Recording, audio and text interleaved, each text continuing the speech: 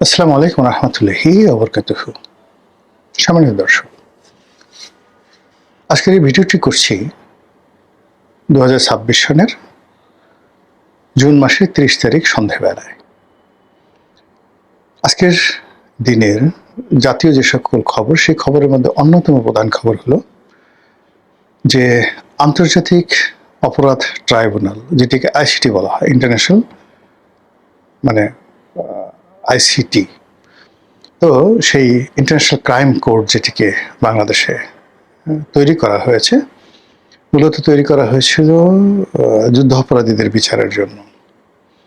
তো সেই যুদ্ধ অপরাধীদের বিচার এখন কন্টিনিউয়াসলি এই জুলাই বিপ্লবে বা জুলাই গণ অভ্যুত্থানে, গণ আন্দোলনে যারা আন্দোলনকারীর বিপক্ষে অপরাধ করেছে, এটাকে মানবতা বিরোধী অপরাধ হিসেবে চিহ্নিত করে এই আদালতে বিচার করা হচ্ছে। এটি কোনো যেন-তেন ট্রাইব্যুনাল নয়, এটি হাইকোর্টের একটি বেঞ্চ হিসেবে কাজ করছে এবং এটি সরাসরি এখান থেকে যা রায় হবে, এই রায় আবার হাইকোর্টের অ্যাপিলেট ডিভিশনে যাবে এবং খুব দ্রুততার সঙ্গে বিচার হবে বলে সবাই আশা করছে। এবং অতীতে আওয়ামী লীগের জামানাতে যেভাবে যুদ্ধাপরাধীদের বিচার করতে গিয়ে এই কোর্টকে ব্যবহার করা হয়েছে এবং অতি দ্রুততার সঙ্গে যখন জামাত নেতাদের, বিএনপি নেতাদের ফাঁসিতে লটকানো হয়েছে, ঠিক সেই ধারাবাহিকতা রক্ষা করে এখন এই কোর্ট আরো দ্রুততার সাথে, আরো অভিজ্ঞতা নিয়ে এই জুলাই যারা বিরোধী শক্তি তাদেরকে ফাঁসিতে লটকাবে, এরকমই জুলাই যোদ্ধা তাদের আশা। আর আওয়ামী লীগ যারা লোকজন রয়েছেন তারা আতঙ্কগ্রস্ত হয়ে পড়ছেন। তাদের ধারণা যে তাদের জমানাতে খুব ভালো বিচার হয়েছিল, ন্যায় বিচার হয়েছিল, ট্রাইব্যুনাল বলতে যা বোঝা গিয়েছে সেটা হলো একেবারে 100% ওয়েস্টার্ন স্টাইলে তারা বিচার করেছে, ওপেন সিক্রেট। আর সেই তুলনায় বর্তমান এটা একটা আদালত, এই আদালত নিয়ে যে সকল কথাবার্তা আওয়ামী লীগের লোকজন বলছে দেশের বাইরে থেকে, সে সকল কথা আমি এখানে আসলে ইউটিউবে বলতে পারবো না। এনিওয়ে, এই কোর্ট নিয়ে অনেক কিছু হয়েছে বা হচ্ছে। এই কোর্টে শেখ হাসিনার ফাঁসি হয়েছে, আর তার সহযোগীদের মধ্যে উল্লেখযোগ্য যে ব্যক্তিগুলো আছেন তাদের মধ্যে আজকে হাসানুল হক ইনু সাহেব, তার 10 বছরের সাজা হলো, কারাদণ্ড হলো। বেশিরভাগ মানুষ আতঙ্কগ্রস্ত ছিল, হয়তো তাকে যাবজ্জীবন দেয়া হবে অথবা তাকে মৃত্যুদণ্ড দেয়া হবে, এ দুটোর একটা। কিন্তু 10 বছরের সাজা, এতে সরকার পক্ষ, জুলাই যারা বিপ্লবী তারা কেউ খুশি নন। এমনকি যখন রায় ঘোষিত হচ্ছিল ঠিক সেই সময়টাতে হাসানুল হক ইনু সাহেবের যে মুখভঙ্গি বা তার যে অভিব্যক্তি, সেটি দেখে মনে হচ্ছিল যে হি ওয়াজ এক্সপেক্টিং এ ডিজাস্টার, এবং তার কোনো আতঙ্ক ছিল না। সে মুচকি হাসছিল যে আমাকে মৃত্যুদণ্ড দেবে, দাও, যাবজ্জীবন দেবে, দাও, এটা ডাজ নট ম্যাটার, এটা আমি অনেক আগেই বহুবার ফেস করে আসছি। কিন্তু যেই মুহূর্তে তাকে 10 বছরের কারাদণ্ড দেওয়া হলো, সে অনেকটা চমকিত হয়ে গেলেন যে হাউ ইট ইজ পসিবল। অবাক করা ব্যাপার হলো, এই রায় শোনার পরে, এর আগে কিন্তু রায় যখন পড়ছিল তখন তিনি হাসছিলেন, আর শোনার পর তিনি গম্ভীর হয়ে গেলেন যে এটা একটা ব্যাপার হলো। হাসানুল হক ইনুর জন্য 10 বছর কারাদণ্ড, এত আয়োজন করে, এত এনে, এই বিষয়গুলো তার কাছে অনেকটা আশ্চর্যের ব্যাপার ছিল যে এটা কি বিচার হলো। আপনারা যদি ওই কোর্টে তার অভিব্যক্তি দেখেন, এখন এটা ভাইরাল হয়ে গেছে। দ্বিতীয়ত হলো, তাকে যখন কোর্টে ঢুকানো হচ্ছিল অথবা কোর্ট থেকে বের করা হচ্ছিল, যে কোনো একটা সময়টিতে তিনি মুক্ত বিহঙ্গের মতো সফেদ পাঞ্জাবি পরে যাচ্ছিলেন। এর আগে বেশ কয়েকবার তাকে হ্যান্ডকাপ করে ঢুকানো হয়েছে, আবার কখন হ্যান্ডকাপ না লাগিয়েও তাকে জাস্ট পিছনে হাত দুটো তিনি অনেকটা তার হ্যান্ডকাপ পরানো আছে এরকম একটা অভিনয় করে তিনি গাড়ি থেকে নেমেছেন, প্রিজন ব্যাংক থেকে, আবার গাড়িতে উঠেছেন, যেন মনে হয় যেন তিনি ওইভাবে আছেন, এটা জনরসকে উপেক্ষা করে। কিন্তু সাম্প্রতিক সময় দেখা যাচ্ছে যে এখানে যারাই আসছেন মোরলেস সবারই এই হ্যান্ডকাপ থাকছে না, হাতে গোনা 2-1 জন আছে তাদের হ্যান্ডকাপ পরানো হয়, আর সবাইকে হ্যান্ডকাপ খুলে দেওয়া হয়েছে। এটা লোয়ার আদালতেও, নিম্ন আদালতেও এবং এরকম আইসিটি কোর্টে একই অবস্থা তৈরি করা হচ্ছে। তো আজকে তিনি এভাবে হেলে দুলে আসছিলেন, আর এমন সময়টিতে একজন পুলিশ কর্মকর্তা তার হাত ধরার চেষ্টা করছিলেন। তো তিনি যেভাবে সেই পুলিশকে ধমক দিলেন, যেভাবে আঙুল উঁচু করলেন, এবং যেভাবে তার মুখ চোয়াল একেবারে বিপ্লবী সূর্য সেনের মতো, ক্ষুদিরামের মতো যেভাবে দৃঢ় হলো, এই দৃশ্য দেখে হাসানুল হক ইনুর যারা প্রতিপক্ষ, তারপর এই বিপ্লবের যারা পক্ষ, আওয়ামী লীগের যারা পক্ষ, তাদের মধ্যে যে কি পরস্পর বিরোধী একটা প্রতিক্রিয়া তৈরি হয়েছে, এটা বলার মতো না। ইনু সাহেব এবং আওয়ামী লীগের পক্ষের লোক যারা আছেন, তাদের বক্তব্য হলো যে বীর সবসময় বীর, বাঘ মরার আগ পর্যন্ত বাঘ। বাংলাদেশের ইতিহাসে হাসানুল হক ইনুর মতো সাহসী মানুষ খুব অল্প আছে। আমরা কর্নেল তাহেরের সাহস সম্পর্কে জানি, কিন্তু কর্নেল তাহেরকে আমরা এখন দেখতে পাইনি, বা তার সাহসের কোনো প্রতিচ্ছবি আমরা দেখতে পাই না। কিন্তু ইনুস, আসম আব্দুর রব, মানে জাসদের যে গ্রুপটি এখনো জীবিত আছে, তাদের ব্যক্তিগত সাহস রীতিমতো কিংবদন্তি। ব্যক্তিগত সাহস, তাদের অন্য যা কিছু থাকুক না কেন, তাদের যে ব্যক্তিগত সাহস শক্তি, এটি রীতিমতো কিংবদন্তি। শেখ হাসিনার সাহস ও কিংবদন্তি। তো সেই সাহসের বাতিঘর হাসানুল হক ইনু, এবং তাকে গ্রেপ্তার করার পর অনেকেই কিন্তু যেমন দেখা গেল যাদেরকে গ্রেপ্তার করা হয়েছে, অনেকে হাত জোড় করেছে, অনুনয় করেছে, বিনিময় করেছে, মাথা নিচু করেছে, কিন্তু এই একটা মাত্র ব্যক্তি যিনি সবসময় মাথা উঁচু করে থেকেছেন।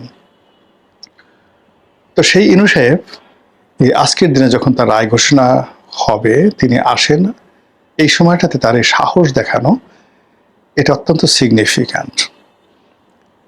এর পেছনে নিঃসন্দেহে তার একটা দৃঢ়তা আছে, তার রাজনীতির ক্যালকুলেশন আছে। বুঝতে হবে যে এই বাংলাদেশে ইনু মেনন, অর্থাৎ হাসানুল হক ইনু, রাশেদ খান মেনন, ওনারা পুরো 60-এর দশকে থেকে শুরু করে এখন পর্যন্ত রাজনীতির মাস্টার মাইন্ড। তারা রাজনীতির ফিলোসোফার। তারা বাংলাদেশের বহু ক্ষমতার পালাবদল, উত্থান পতনের কারিগর। আইয়ুব খানের পতন, ইয়াহিয়া খানের পতন, টিক্কা খানের পতন, বঙ্গবন্ধুর পতন, জিয়াউর রহমানের পতন, কর্নেল তাহেরের পতন এবং উত্থান, এরশাদের পতন, এরশাদের উত্থান, বিএনপির ক্ষমতা লাভ, বিএনপির পতন, তারপর শেখ হাসিনার উত্থান, শেখ হাসিনার পতন। প্রতিটি ঘটনার সঙ্গে পর্দার আড়ালে, সামনে, পেছনে বাংলাদেশের যে কজন লোক অস্ত্র নিয়ে, with arms, ammunition, with man power, cadre বাহিনী নিয়ে এবং বুদ্ধি নিয়ে, শুদ্ধি নিয়ে, composite, as a whole composite man হিসেবে, মাস্টার মাইন্ড হিসেবে যারা কাজ করেছেন বাংলাদেশে, হাতে গোনা 4-5 জন লোকের মধ্যে সবচেয়ে সফল মানুষটির নাম হলো হাসানুল হক ইনু। তাকে AK-47 চালাতে দেন এই বুড়া বয়সে। ফটাফট করে এসে দেখবেন যে এমনভাবে AK-47 চালাবে, এই জুলাই আগস্ট বিপ্লবের সময় যারা স্নাইপার রাইফেল চালাইয়েছেন তাদেরকে মনে হবে অবোধ শিশু। আপনি তাকে জবাই করতে বলেন, মানুষ একটা মুরগি যেভাবে জবাই করে, ওইভাবে সারিবদ্ধভাবে সে জবাই করতে পারবে। তাকে সাধু শাস্তি দেন, বায়তুল মোকাররমায় তাকে খুতবা পড়তে বলেন।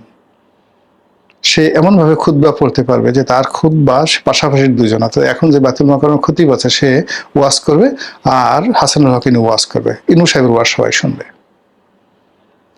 তাকে লিখতে বলেন, সে যে লিখবে, তার লেখার কলমের যে ধার, এরকম কোনো রাজনীতিবিদ এই মুহূর্তে বাংলাদেশে তার সাথে কলম ধরার মতো অবস্থা নেই। তার স্টাডি, তার পড়াশোনা, তার ফ্যামিলি ব্যাকগ্রাউন্ড যেখান থেকে আসে, তার education, he is come from BUET, সে ইঞ্জিনিয়ার, বুয়েটের ছাত্র। তো এই মানুষটি একেবারে তার এই প্রায় 80 বছর বয়স যখন, সেই সময়টাতে সে যখন আঙ্গুল উঁচু করেছে, it's not a matter of joke.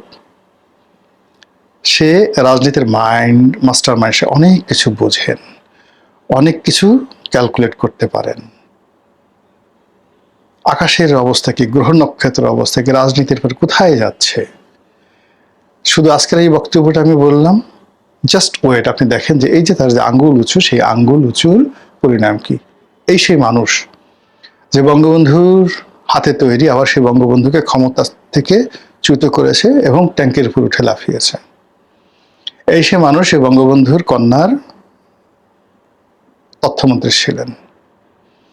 এই সে মানুষ পুরো বাংলাদেশের সর্বহারা পার্টি জাসদের যে অস্ত্রবাজ গ্রুপ, সেই গ্রুপের তিনি ছিলেন প্রধান। জাসদের যা কিছু অর্জন, যা কিছু ব্যর্থতা, যে কজন লোক আছে তার মধ্যে হাসানুল হক একজন। এই মানুষ যাকে যাবজ্জীবন কারাদণ্ড দেওয়া হয়েছে, আবার জেলখানা থেকে বুক ফুলিয়ে বের হয়েছেন এবং ঢাকার রাজনীতি করেছেন সারা জীবন। সো এই দিন না। এখন এই যে ইনু সাহেবকে 10 বছর কারাদণ্ড দেওয়া হলো, এরপর হয়তো মেনন সাহেবকে দেওয়া। মেনন সাহেবের জীবন আরো বর্ণাঢ্য, তবে তিনি আবার ওই যে এটা হলো পলিটিক্যাল দিক থেকে বর্ণাঢ্য, কিন্তু যাকে বলা হয় সন্ত্রাসী বাহিনী লালন পালন করা, ক্যাটাক্যাট করে অস্ত্র চালানো, তারপরে ক্যাডার মেনটেন করা, এই জিনিসগুলো ইনু সাহেব যেটা পারছেন, এটা মতিয়া চৌধুরী বা রাশেদ খান মেনন ওনারা পারে না। কিন্তু তার যে পলিটিক্যাল ফিলসফি, সারা বাংলাদেশে তার যে সকল ভক্ত অনুরাগী রয়েছে রাশেদ খান মেননের, এটা এই সমপর্যায়ের এইরকম পলিটিক্যাল পার্সোনালিটি কেউ নেই। শেখ হাসিনা হয়তো দলীয় প্রধান, বা তারেক রহমান সাহেব হয়তো দলীয় প্রধান, সে কারণে তাদের ফ্যান ফলোয়ার অনেক বেশি। কিন্তু আপনি যদি এর নিচে আসেন, তাহলে আওয়ামী লীগের একজন সিঙ্গেল লোক নেই, বিএনপিতে একজন সিঙ্গেল লোক নাই যে সারা বাংলাদেশে রাশেদ খান মেননের মতো এরকম কানেক্টিভিটি আছে। প্রত্যেকটা বাংলাদেশের অলি গলি তার মুখস্থ। এখন তার কি হবে?